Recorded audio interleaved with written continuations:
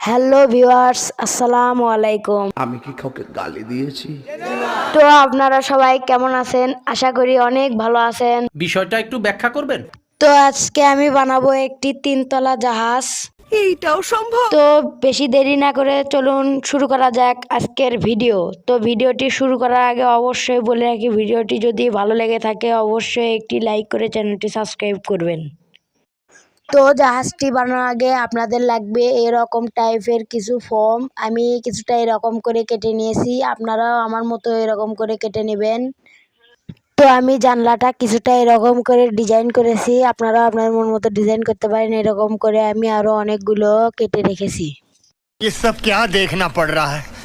अच्छा है मैं अंधा हूँ। তো এবার আমি বোটের ঠিক সাইডের দিকে জানলাটা কিছুটা এরকম করে আঠা দিয়ে লাগাই নেব।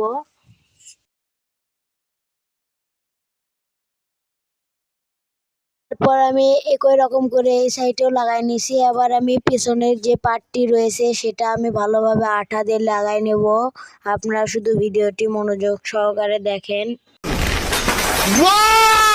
Very dangerous!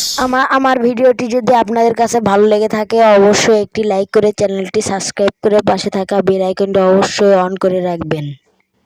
তো এখন আমি জাহাজের যে সামনের দিকটা রয়েছে সেটা আমি কেটে আঠাতে ভালোভাবে লাগাই নিলাম। তো আপনারাও এরকম করে কাটবেন। তো গাইস, এখন আমাদের জাহাজটি দেখতে কিছুটা এরকম লাগতেছে। মাঝখানে ছাদ লাগানোর ভিডিওটা আমার প্লে করতে মনে ছিল না, এই কারণে আমি দিতে পারছি না। তো যাই হোক, আপনারাও আমার মতো করে এরকম করে কেটে নেবেন। এখন আমি দ্বিতীয় তলার যে ছাদটি রয়েছে সেটা লাগাই নেব। তো এখন আমি ছাদটি লাগাই নিচ্ছি। ছাদ লাগানোর পর কিছুটা এরকম লাগতেছে। এখন আমি তৃতীয় তলার কাজ শুরু করব।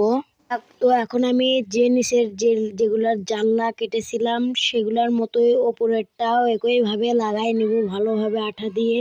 অপর পাশেরটাও ঠিক একই রকম করে আঠা দিয়ে লাগাই নেব। তো এখন আমাদের জাহাজের ছাদটি লাগানোর পর দেখতে কিছুটা এরকম লাগতেছে।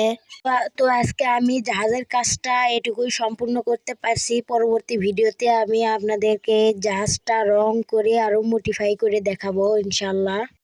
ভিডিওটি যদি ভালো লেগে থাকে অবশ্যই একটি লাইক করবেন, আর আপনাদের কোনো জায়গায় বুঝতে যদি অসুবিধা থেকে থাকে অবশ্যই কমেন্ট করবেন। তো সবাই ভালো থাকেন।